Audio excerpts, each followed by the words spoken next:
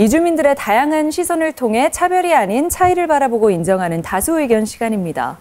우리나라에는 연말이 되면 다음 해의 기륭화복을 미리 챙겨보는 풍습이 있는데요. 토정 비결을 본다든가 운세를 점쳐본다든가 이런 모습들이 해당되겠죠. 아직 오지 않은 미래를 기대하면서도 한편으론 궁금해하는 건 모든 사람들이 다 똑같지 않을까 싶은데 오늘 다수 의견에서는 운세, 점에 대한 이야기 나눠보겠습니다. 우선 두 분은 토정 비결 보시나요? 저는 토정 비결은 본 적은 없지만 저희 어머님께서 운명을 푸는 사주책 같은 지침서를 보면서 저한테 여러 가지 얘기해 준 적은 있었습니다. 네. 네, 그 어머님께 들은 이야기 중에 저도 지금 잊지 못한 그런 그 이야기 있거든요.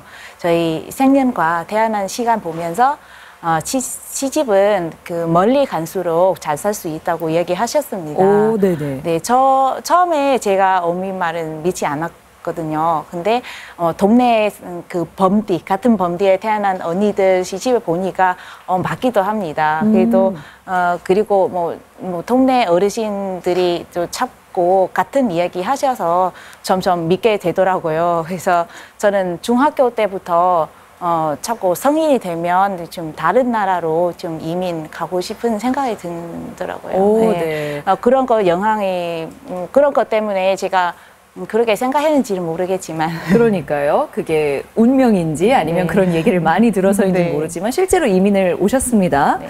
네. 소희바 씨는 어떤가요? 네, 저도 도정 비결을 실제로 본 적은 없는데, 네, 추운세를 가끔씩 봅니다. 네.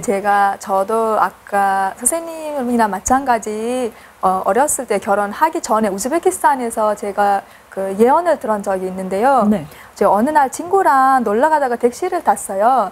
탔는데 택시 안에 어떤 여성분이 앉아 계시더라고요. 그 여성분이 저를 보더니 당신은 이제 멀리로 시집을 갈 것이라고, 곧 결혼을 할 것이라고 이렇게 말씀을 하시면서, 그리고 아이를 낳을 건데 아들만 난다. 그리고 건강적으로는 좀 조심해야 할 것 같다. 너무 아프고 건강이 안 좋아질 수 있다. 이렇게 말씀을 하셨거든요. 네. 그때는 이제 제가 신경을 별로 안 썼죠.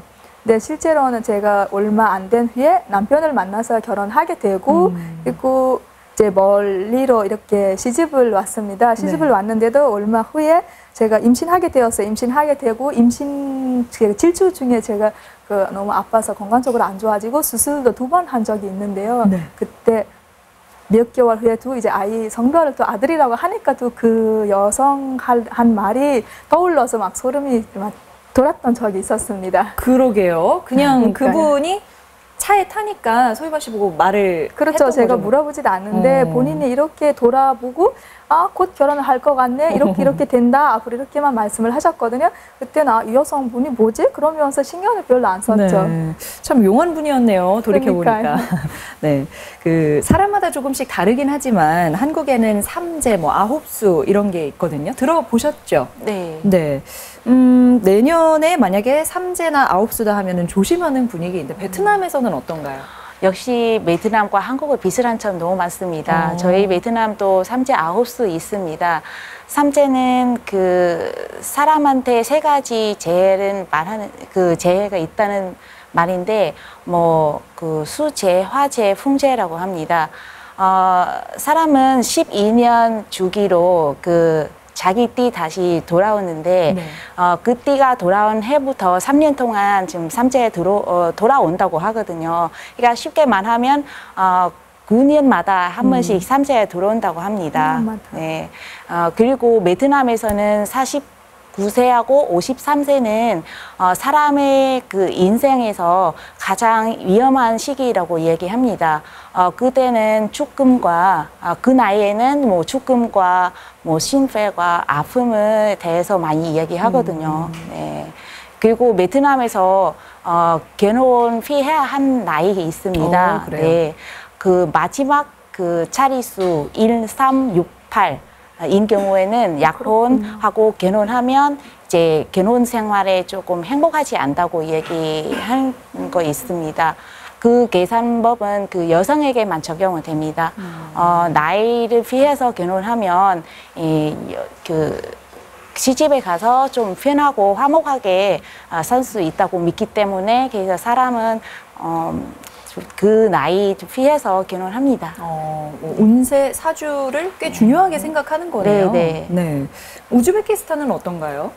우즈베키스탄에서는 운세라 도전 비결보다는 그 날씨에 맞추든가 아니면은 그 만약에 여성이나 남성분이 대학을 다니다면 대학을 졸업해서 결혼을 한다든가 아니면은 그 가족의 장애를 해가지고 그 시간을 맞춰서 결혼을 하시는데 그렇게 중요하게 생각을 하지 않습니다. 그러면 뭐 운세를 많이 따지는 문화는 특별히 없는 건가요? 네, 그런 것 같습니다. 네. 한국 사람들이 또 중요하게 여기는 게 띠거든요. 예를 들면 뭐 황금 돼지 해 때는 아이를 뭐 많이 낳는다든지 이런 식으로요. 베트남도 역시 비슷한가요? 네, 저희도 한국과 비슷하게 그 연두 간지 있습니다. 네. 네, 한국에서는 토끼띠 있지만 저희 토끼띠 없습니다. 대신에 고양이띠 있습니다.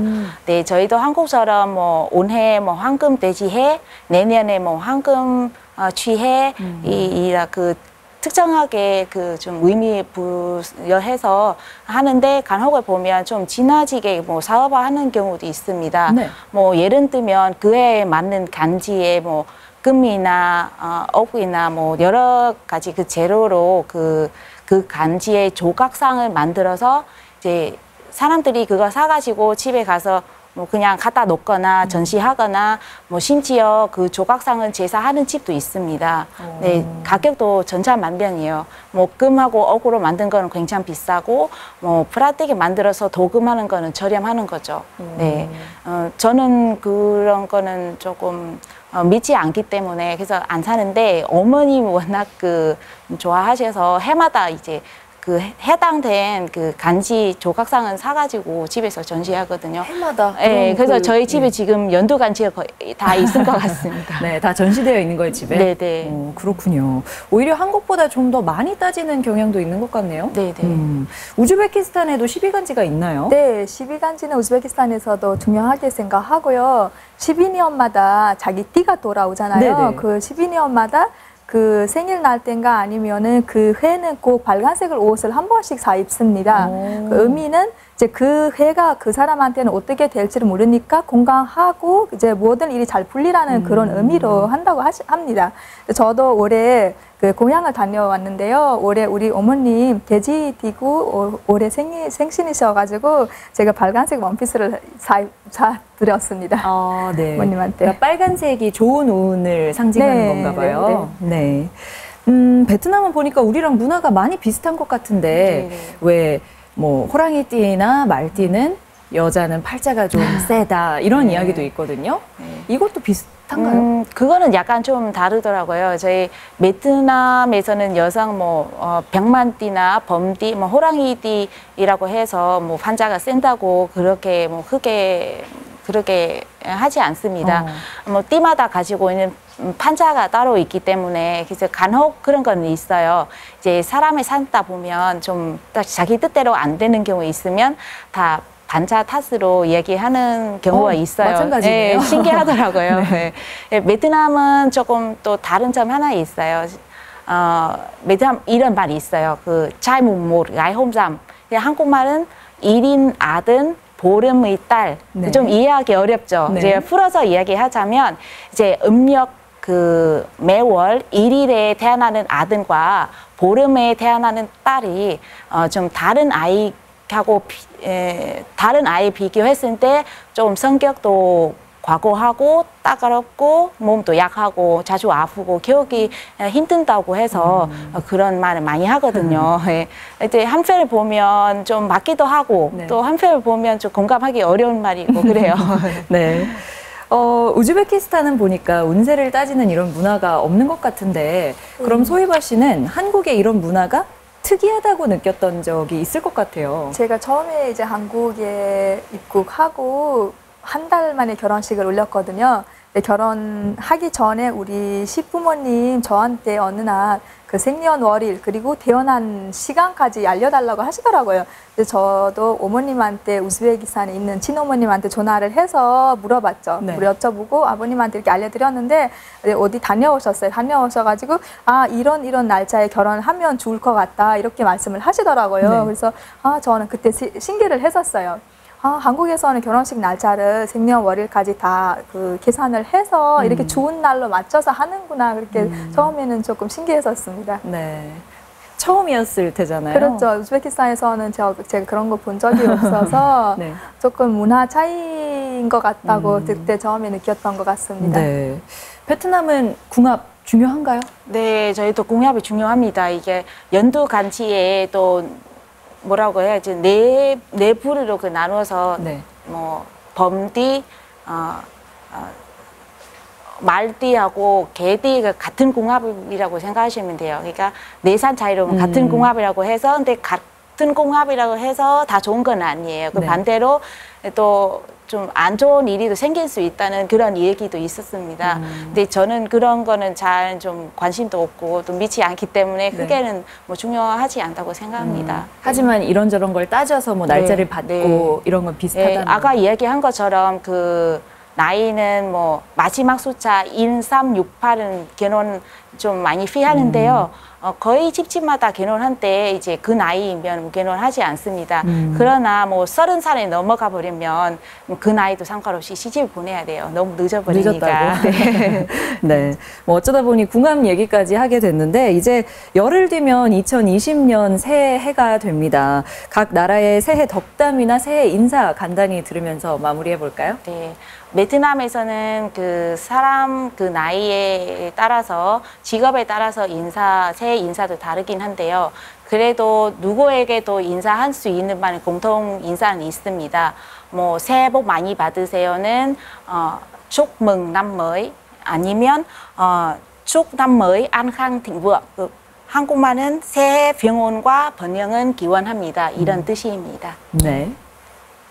우즈베키스탄에서는 올해 마무리하는 마지막 날 11월 31일 날은 그 빨래 같은 거 있으면 다 빨고 다 깨끗하게 내년으로 깨끗하게 넘어가자고 그런 의미로 그날 이제 맛있는 음식 다 차려서 산을 12시 딱 될 때까지는 기다리고 그때 12시가 다 되면 이제 가족 다 모여서 식사를 하거든요. 네. 그 식사를 하고 이제 공통적으로 인사말이 있는데 영어로는 해피 뉴 이어 아니면 러시아어로 이렇게 스노븐 고듬이라고 하는데 우즈벡 말로는 양기링기즈블란이라고 서로 인사를 해요. 의미는 이제 올해가 들어오는 것을 축하한다. 이렇게 다들 앞으로 모든 일이 잘 풀리고 건강하게 잘 지내라는 그런 의미로 인사를 나눕니다. 네. 오늘 운명과 뭐 운세를 둘러싼 베트남과 우즈베키스탄의 이야기까지 나눠봤는데요. 뭐 알면 알수록 재밌는 것 같습니다. 근데 이런 무형 문화는 오랫동안 이어져 온 것인 만큼 뭐 과학적으로 따지기보단 있는 그대로 존중하는 노력이 필요하지 않을까 싶습니다. 오늘 두 분 말씀 고맙습니다.